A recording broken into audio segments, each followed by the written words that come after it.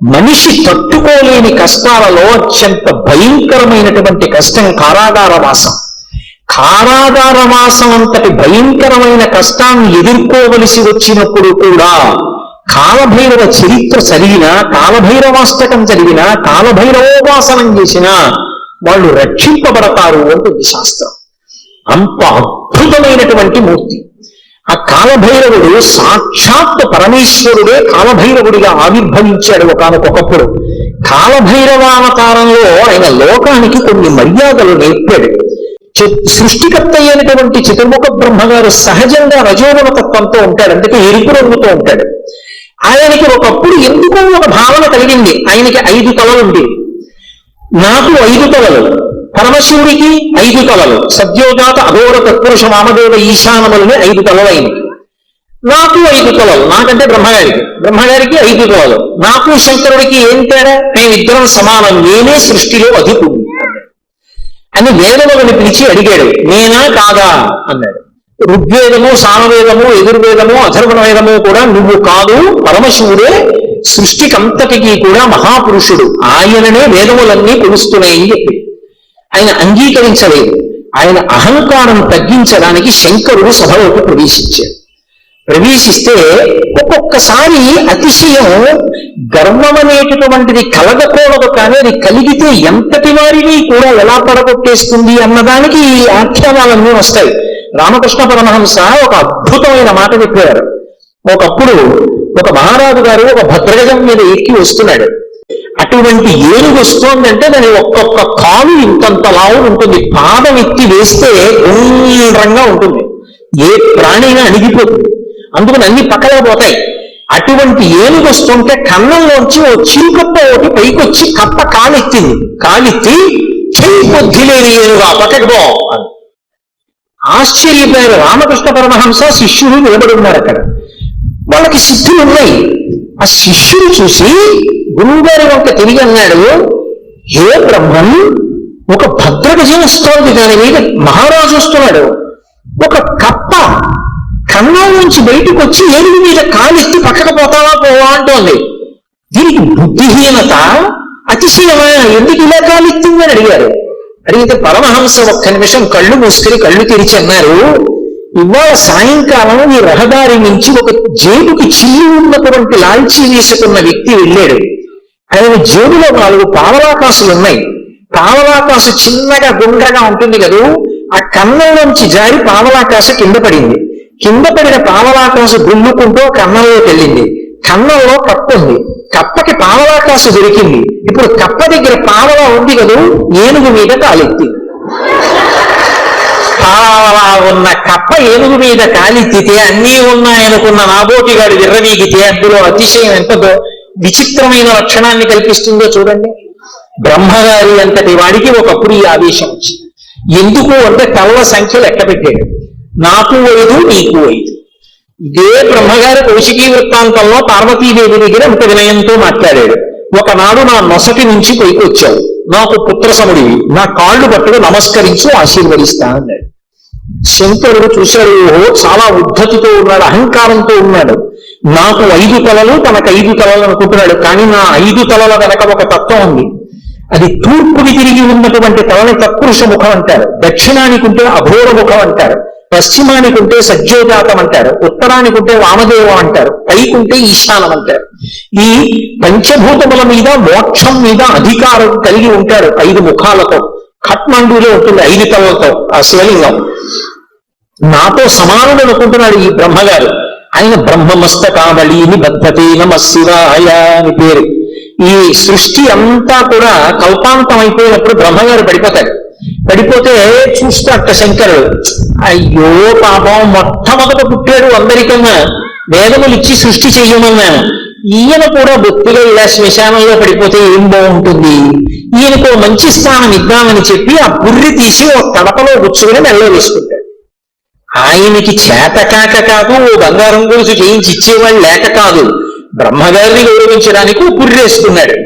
ఇలా ఎంతమంది బ్రహ్మలు వెళ్ళిపోయారో ఆ పుర్రెల మాల పెద్ద మాల అయింది. పునుకల పేరు కంఠమున భూరి భుజంగము భూషణంబుగా అనయము భస్మధారణము యజ్ఞ నివాసము మేరు విల్లుగా అనుగుగా దంతి జన్మమును హస్తమునందు కపాల చోళములు పడిబడి గౌత శంకర కృపావర రూపమును ఆశ్రయించదన్నంటారు. ఇప్పుడు అంతమంది బ్రహ్మల యొక్క పునుకలు ఆయన మెడలో హారంగా ఉంటాయి, అందుకేసుకుంటాడు పుర్రెలమాల. అరే ఈ బ్రహ్మకి అతిశయం కలిగిందని తనలోంచి ఒక ప్రాణిని ఉత్పన్నం చేశాడు. భృంగి యొక్క అంశ, భృంగి యొక్క అవతారం వచ్చినటువంటి వాడు. ఒక్కసారి పరమశివుని అంశతోటే భైరవుడు ఉత్పన్నమయ్యాడు. ఆ భైరవుడు ముమ్మూర్తుల పరమశివుడు ఎలాగే ఉంటాడో అలాగే ఉంటాడు. ఆయన వస్తూనే ఆ బ్రహ్మగారి యొక్క పైన ఉన్నటువంటి తలకాయని పెద్ద యుద్ధం చేయలేదు, ఇలా గిల్లేశాడు. అహంకరించాడని కాలభైరవుడు ఓ తలకాయ గిల్లేశాడు. ఏమండి ఇప్పుడు నేను ఇలా పట్టుకుని ఇలా గిల్లేశాను అనుకోండి, ఆ మిగిలిన పువ్వు ఏమనుకుంటుంది, దాన్ని ఒకదాన్ని గిల్లేండి అది దేవుడికి రాడనుకుంటుందా, ఏమో ఇలా అన్నవాడు మళ్ళీ ఇలా అంటే అది ఉడికిపోతా మళ్ళీ వచ్చేస్తుందేమో చెయ్యని. ఇప్పుడు ఇలా అన్నవాడు మళ్ళీ ఇంకోటి ఇలా అంటే మూడే ఉంటాయి. ఇంకా అందుకని ఆయన ఏం చేశాడంటే బ్రహ్మగారు ఒక తలకాయ గిల్లేయగానే ఇంకా 4 తలకాయలు మిగిలాయి. అమ్మవారి వంక చూశాట. అమ్మవారు 4 చేతులతో ఉంటుంది కదా. అమ్మా నేను తామర పువ్వులోంచి పుట్టాను, నీ చేతులు తామర పువ్వుల్లో ఉంటాయి కాబట్టి మన ఇద్దరికి ఓ బంధుత్వం ఉంది. అమ్మా నా 4 తలకాయలు తామర పువ్వుల్లాంటి నీ చేతుల కింద పెడతారు, కాపాడమ్మా అని 4 తలకాయలు గబగబా పెట్టుకుని అమ్మవారి 4 చేతుల కింద పెట్టేటప్పటికి మళ్ళీ ఇల్లు చూశాడు, పైన అమ్మవారి చెయ్యి ఉంది, నవి ఊరుకున్నాడు. అలా అమ్మా నీ చేతులు పెట్టుండకపోతే బ్రహ్మగారి తలకాయలు ఉండేవో ఉండకపోవు. కాలభైరవుడు అంటే అంతటి ప్రచండ శక్తి స్వరూపం. కాశీఖండంలో ఆయన గురించి ఒక అద్భుతమైనటువంటి విశేషం చెప్తారు. అర్జునుడు తాను అధికుండనొచ్చు గర్వింప కరనఖాగ్రమునత చిరము తుంచి సాకారయగు బ్రహ్మహత్యతో చనుజేరి సర్వలోకముందులు సంచరించి వైకుంఠమునకేగి రమా వైకుంఠు లక్షించ అమృతభిక్షాసనం అరగించి కాశికానగర కంఠోపదేశంబున పగలవైచకరంపు బ్రహ్మపులుక ఆధిపత్యంబు పొందే కామారి చేత ప్రియవైచిన చోట కపురము చేసి కాశికాపురమునకు 7 గడవి చూపే క్రోధభైరవ దేవుడు ఉభజన్మ అంటారు. ఆయన బ్రహ్మగారి తలకాయ తుంపేశాడు. తుంపేస్తే ఆయన బ్రహ్మగారు బ్రహ్మహత్యాపాతకం వచ్చింది. పరమశివుడికి బ్రహ్మహత్యాపాతకం ఉంటుందా? ఆయన విధికి నిషేధానికి అతీతుడు. కానీ లోకంలో శివుడే చేశాడు కదా, నేనెందుకు చెయ్యకూడదని రేపు పొద్దున్న తెలియక జనులు బ్రహ్మహత్యాదోషం చేస్తే కట్టి కుడిపేస్తుంది. అందుకని దాని పాపం ఎంత కఠినంగా ఉంటుందో చూపించడానికి తాను బ్రహ్మహత్యాపాతకం పోగొట్టుకోవడానికి చెయ్యవలసిన ప్రాయశ్చిత్తాన్ని చేసి చూపించాడు. ఆ కళ వచ్చి అంటుకుంది పుర్రె. ఆ చేతికి అంటుకున్న పుర్రెతోటి కపాల భిక్ష అందరినీ భిక్షాటన చేస్తూ లోకములన్నీ తిరిగాడు. తిరిగి ఒక రోజున వైకుంఠానికి వెళ్ళాడు. అబ్బా ఇటువంటి అతిథి ఎక్కడ దొరుకుతాడు? ఊరక వారు మహాత్ములు వారు రథముల ఇండ్లకడకు వచ్చుటలెల్లం కారణము మంగళములకు మీరొచ్చుట శుభమాకు నిజము మహాత్మా అంటాడు నందుడు దుర్గుడు వస్తే దశమస్కంధంలో. అలా గబగబా పరిగెత్తుకొచ్చి లోపలికి పిలిచి శ్రీమన్నారాయణుడు లక్ష్మీదేవి కూర్చోపెట్టి ఆయనకి ఆతిథ్యం ఇచ్చారు. ఆ ఆతిథ్యం ఇచ్చినప్పుడు ఏదో లౌకికంగా ఉండినటువంటి అన్నం పెట్టలేదు, భిక్షాన్నంగా ఏం పెట్టారంటే మనోరథము అనబడేటటువంటి ఒక అద్భుతమైనటువంటి అమృతం ఉంటుంది. అది ఒక్క వైకుంఠంలో వాళ్ళ దగ్గరే ఉంటుంది. ఆ అమృత రసాన్ని పెట్టారు. పెడితే ఆ అమృత పాయసం ఆరగించి లక్ష్మీ విష్ణువుల చేత అర్చింపబడిన వాడై బయలుదేరాడు. అన్ని లోకాలు తిరిగి కాశీపట్టణానికి వచ్చారు. కాశీపట్టణంలోకి ప్రవేశించగానే చేతికున్నటువంటి బ్రహ్మకపాలం 3 కింద పడి బద్దలైపోయింది. అంటే కాశీపట్టణం అంత గొప్ప పట్టణం. అందులోకి వెళ్ళగానే బ్రహ్మహత్య పోయింది. అప్పుడు ఆ లోపలికి వెళ్ళిన తర్వాత శంకరుడు బయలుదేరి వచ్చి ఈ కాశీపట్టణానికి అంతటికీ నిన్ను అధిపతిగా అభిషేకం చేస్తున్నానని కాలభైరవుణ్ణి కాశీపట్టణానికి పట్టాభిషిక్తుణ్ణి చేశారు సంరక్షకుడుగా. ఆధిపత్యంబు పొందే కామారి చేత అంత అద్భుత రూపాన్ని పొందాడు. భైరవ అంటారు. భైరవ అన్న మాటకు అర్థం ఏంటంటే ఎవరిని చూస్తే హడిలిపోతావో, ఎవరిని చూస్తే భయం వేస్తుందో, ఎవరిని చూస్తే ఇక బుద్ధి పని చెయ్యదో అటువంటి భయంకరమైనటువంటి రూపంతో ఉండేటటువంటి వాడికి భైరవ అని పేరు. లోకంలో ఎవరైనా సరే బాగా పాపములు చేసి శరీరం విడిచిపెట్టేశారనుకోండి, ఈ లోకం విడిచిపెట్టి వెళ్ళిపోయేటప్పుడు భైరవయాతన అని ఉంటుంది. ఆయన క్రోధ రూపంతో వెంటబడతాడు బెత్తం పట్టుకొని. ఆయన్ని చూసేటప్పటికి భయపడి చెమటలు కక్కుతూ పరిగెడతారు. పరిగెత్తి పరిగెత్తి పరిగెత్తి దాహార్తితో యమసదనం దగ్గర అగ్నిజ్వాలలతో ఉంటుంది తోరణం. ఆ తోరణం కింద నుంచి దూరుతాడు కాలిపోతూ. ఆ దోషం పోవాలి అంటే కాలభైరవ దర్శనం చేస్తారు. కాఠ్మండూలో కాశీపట్టణంలో కాలభైరవ దేవాలయాలు ఉన్నాయి. కాలభైరవ దర్శనం చేస్తే భైరవ దండన అని ఆయన వేస్తాడు. ఓ బెత్తం పెట్టి ఓసారి వీపు మీద కొడతారు. ఇలా అంటే అక్కడతో ఆ పాపాన్ని తీసేస్తాడు. ఆ చాలా అనుగ్రహమూర్తి. అలాగే కార్తీక మాసంలో వచ్చేటటువంటి పౌర్ణమి నాడు జ్వాలాతోరణం చేస్తారు. కొత్త గడ్డి తీసుకొచ్చి తోరణం కట్టి ఆ గడ్డి అంతా పెట్టి ఆవు నెయ్యి పోసి వెలిగిస్తారు. వెలిగించి పార్వతీ పరమేశ్వరులు పల్లకీలో వెళుతుంటే హరహర మహాదేవ శంభో శంకర అంటే భక్తులు కూడా పల్లకీతో వెళ్ళి మళ్ళీ వస్తూ ఉంటారు. ఎందుకు అలా వెళ్ళి వస్తూ ఉంటారు అంటే నరకలోకానికి వెళ్ళి అగ్నితోరణం కింద నుంచి దూరవలసినటువంటి అగత్యాన్ని తీసేసి ఇక్కడే అగ్నితోరణం కింద నీవు అక్కడ చూడక్కర్లేదురా, నేను నీకు అండ ఉంటాను, బెంగ పెట్టుకోకని ఆయన నడిచి ఆయన వెనక మనం నడిస్తే ఇంకా అక్కడ అగ్నితోరణం చూడక్కర్లేదు, తిన్నగా మంచి లోకాలకు వెళ్ళిపోతాడు. దానికోసం ఇక్కడ ఆయన అద్భుతమైనటువంటి జ్వాలాతోరణం చేస్తాడు. మనం చేస్తే అనుగ్రహాన్ని శంకరుడి ద్వారా పొందుతాం. అందుకని భైరవ శంకర భగవత్పాదులు కాలభైరవుని యొక్క వైభవం మీద ఒక అష్టకం చేశారు. దేవరాజసేవ్యమాన భావనాంగ్రి పంకజం పావనాంగ్రి పంకజం. దేవరాజు అంటే ఇంద్రుడు. ఇంద్రాదుల చేత పూజింపబడేటటువంటి పాదపద్మములు కలిగినటువంటి వాడు. వ్యాళయజ్ఞ సూత్రం ఇందు శేఖరం కృపాకరం. ఆ చంద్రబింబాన్ని శుక్లపక్షంలో ఉండేటటువంటి తదియనాటి చంద్రరేఖని కొప్పులో ధరించి ఉంటాడు. ఆయన వ్యాళయజ్ఞ సూత్రమిందు శేఖరం కృపాకరం నారదాది యోగి బృందవందితం దిగంబరం.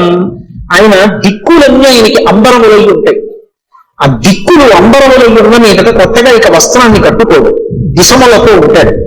అది ఒకటి. అసలు తెలుసుకోవలసిన రహస్యం వేరే ఉంటుంది. ఎప్పుడైనా మీరు శివాలయంలోకి వెళ్ళినప్పుడు కాలభైరవ దేవాలయానికి వెళితే బట్ట ఉండదు, ఆయన దిగంబరంగా నిలబడి ఉంటాడు.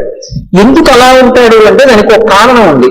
అంబరము దేనికి కట్టుకుంటారు అంటే వస్త్రము కట్టుకున్నాడు అన్న మాటకి తాత్వికమైనటువంటి అర్థం ఏమిటి అంటే లజ్జ పొంది ఉన్నారు, ఎవరు తాను చూసి సంతోషించాలో వాళ్ళు మాత్రమే సంతోషించాలి తప్ప అన్నీ తాను ఇంకొకలా చూడకుండా ఉండడానికి వస్త్రం కట్టుకుంటారు. సభాముఖంగా అంతకన్నా మాట్లాడకూడదు. బట్ట దేనికి కట్టుకుంటారు అంటే ఏ పురుషుడు తనని ఎలా చూడాలో అలాగే చూడాలి. భర్త అయితే దాని అవసరం లేదు, భర్త కాని వాడు ఇంకొకలా చూడడానికి వీల్లేదు. అంబరము ధరించి ఉంటారు. అంబరము భక్తికి సంకేతం. భక్తి అంబరమును కట్టుకుంటారు. భక్తి అంబరం కట్టుకుంటే పురుషుడి చేత ఆకర్షింపబడతాడు. ఎవరా పురుషుడు? ఒక్కడే పురుషుడు. పతిం విశ్వస్యాత్మేశ్వరగం శాశ్వతగం శివమచ్యుతం. ఆ భగవంతుడు ఒక్కడే పురుషుడు. ఆధ్యాత్మిక సంప్రదాయంలో అందరం స్త్రీలమే. మనందరికీ పతి ఆయన కొరకు భక్తి అన్న బట్ట కట్టుకుంటాం. అసలు పరమేశ్వరుడు ఎవరి కోసం కట్టుకోవాలి? ఎవరి పట్ల భక్తితో ఉండలేదు, ఆయన ఎవరిని పొందలేదు, ఆయన పొందడానికి ఇంకెవరు లేరు, అందరూ ఆయన్ని పొందుతారు. అందుకే ఆయన బట్ట కట్టుకోడంటే భక్తి అన్న నంబరు ఆయన కట్టుకోక్కర్లేదు. అందుకు దిగంబరుడు. ఆ దిగంబర అన్న మాటను అలా అర్థం చేసుకోవాలి. అందుకే యోగి సంప్రదాయంలో ఈ దిగంబర అన్న మాట మీకు కనపడుతూ ఉంటుంది. కాబట్టి నారదాది యోగి బృంద వందితం దిగంబరం కాశికాపురాభినాథ కాలభైరవం భజే. అటువంటి కాలభైరవుణ్ణి నేను భజిస్తున్నాను. భానుకోటి భాస్వరం భవాబ్ది తారకం ప్రభుం నీలకంఠమీప్సితార్థదాయకం త్రిలోచనం కాలకాలమంబుజక్షమక్షసూలమక్షరం కాశికాపురాధినాథ కాలభైరవం భజే. మన అష్టకం అంతా ఎక్కడ చెప్పడం? భానుకోటి భాస్వరం, కోటి మంది సూర్యులు ఉదయిస్తే ఎలా ఉంటుందో ఆయన కాంతి అలా ఉంటుంది. భవాబ్ది తారకం ప్రభుం, సంసారం అనే సముద్రాన్ని దాటించేస్తాడు ఆయన పాదాలు పట్టుకుంటే. నీలకంఠమీప్సితార్థదాయకం త్రిలోచనం, నీలకంఠుడై హలాహల భక్షణం చేసినటువంటి శంకరుడై లోకములను అనుగ్రహించగలిగిన వాడై భక్తజనుల యొక్క ఈప్సితములను తీర్చగలిగిన వాడై ఉంటాడు. నీలకంఠమీప్సితార్థదాయకం త్రిలోచనం కాలకాలమంబుజక్షమక్షసూలమక్షరం, చేతిలో అక్షమాల పట్టుకుని జ్ఞానాన్ని ఇవ్వగలిగిన వాడై ఉంటాడు. అందుకే అక్షమాల అంటే ధ్యాన స్థితిని కటాక్షిస్తాడు. పుస్తకాలు చదవడం గొప్ప కాదు, ధ్యానం చేయగలిగి ఉండాలి. ఆ మనస్సు చెప్పినప్పుడు మాట వినాలి. పిలవగానే మనసు వెనక్కొచ్చి ఎవరిని చూడమంటున్నానో వాళ్ళని చూడాలి. రా చూడు పార్వతీ పరమేశ్వరుల పాదద్వందాన్ని అనేటప్పటికీ అది గబగబా వచ్చి కూర్చుని చూడడం అలవాటు అవ్వాలి. మనసు ఎలా వినాలి అంటే కుక్క మాట విన్నట్టుగా వినడం, ఎద్దు మాట విన్నట్టుగా వినడం మనసుకి రావాలి. కుక్క చూడండి, అన్నాను అనుకోండి పరిగెత్తుకొస్తుంది. కుక్క పిలిస్తే వచ్చినట్టు. పిలవలేదు ఆయనేమి దా అని కూడా అనలేదు, అంటే చాలు 2 ఎద్దులు వచ్చాయి. అలా అన్నంత మాత్రం చేతనే ఎద్దులు వచ్చేస్తుంటే సాధన చేత మనసు వెనక్కి రావడం రావద్దు, రావాలి. అలా వచ్చేటప్పుడు చెయ్యగలిగిన వాడు, సాధనా బలాన్ని అనుగ్రహించగలిగిన వాడు కాలభైరవుడు. కాలస్వరూపంతో ఉంటాడు. అందుకే కాలకాలమంబు జక్షమక్షశూలమక్షరం కాశికాపురాధినాథ కాలభైరవం భజే.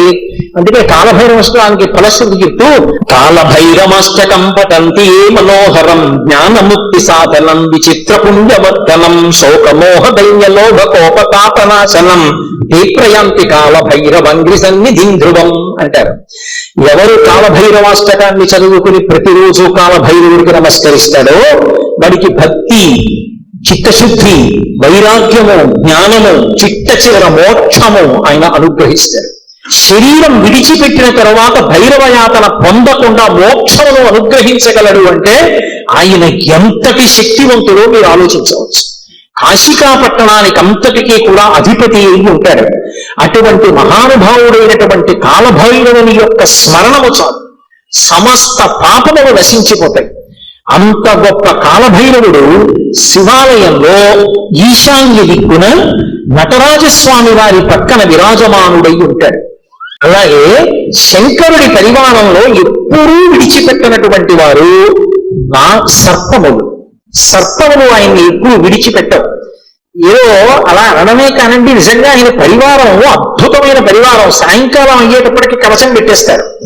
కవచం పెట్టారు అంటే ఇలా పాము పట్టి ఉంటుంది. మీరు చూసి ఉంటారు, కొన్ని చోట్ల శివాలయాల్లో శివలింగం మీద పడగ పట్టి ఉంటుంది.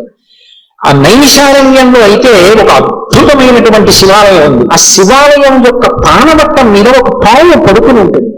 అది పడుకుని ఉన్నట్టుగా చిత్రీకరింపబడి ఉంటుంది. అద్భుతమైనటువంటి శివాలయం. అవన్నీ మీకు చూపిస్తారు. అక్కడే కొంచెం దూరం పెడితే రుద్రావర్తము అని గోమతి నది లోపల ధర్మరాజు గారు ప్రతిష్ఠ చేశాడు శివలింగాన్ని. సూర్యుని కనపడదు, మీకు నీరు తిరగదు, కానీ ఇలా నీరు వెళ్ళిపోతూ ఉంటుంది. దాని ముందు కానీ వెనక కానీ మీరు మారేడాకేస్తే పైనుంచి తేలి వెళ్ళిపోతుంది. శివలింగం లోపలున్న చోటుకొచ్చి మారేడు దళం వేస్తే నిలువుగా లోపలికి వెళ్ళిపోతుంది. మీరు 100 జామకాయలు, జామ పళ్ళు తీసుకెళ్లి అందులో వేయండి, మీరు ఏమీ అడగకపోతే ఒక్క కాయ పైకి రాదు, నిలువుగా వరుసక్రమంలో లోపలికి వెళ్ళిపోతాయి. స్వామి ప్రసాదం ఇవ్వండి అని పైకి అడిగారు అనుకోండి, అన్ని పళ్ళు లోపలికి వెళ్ళిపోయి ఒక్క పండు పైకి వస్తుంది.